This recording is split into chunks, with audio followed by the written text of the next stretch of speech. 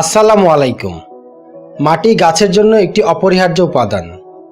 সঠিকভাবে মাটি তৈরি করলে গাছের বৃদ্ধি যেমন ভালো হয়, তেমনি ফলনও বেশি হয়। তাই সঠিকভাবে মাটি তৈরি করাটা খুব গুরুত্বপূর্ণ। আজকে আমি দেখাবো কিভাবে আপনারা খুব সহজে অল্প উপাদান দিয়ে ছাদ বা বারান্দার গাছের জন্য মাটি তৈরি করতে পারেন। প্রথমে আমি 4 কাপ দোআঁশ মাটি নিব।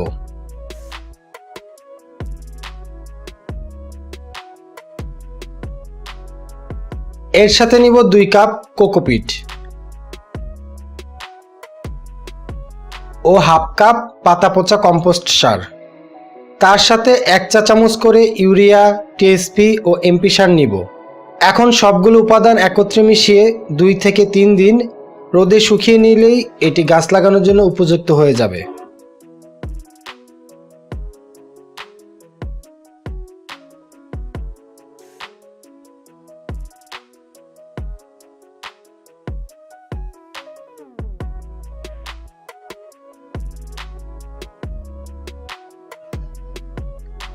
এভাবে মাটি তৈরি করে নিলে আপনারা ক্যাকটাস ও অর্কিড ছাড়া প্রায় সব ধরনের গাছই রোপণ করতে পারবেন।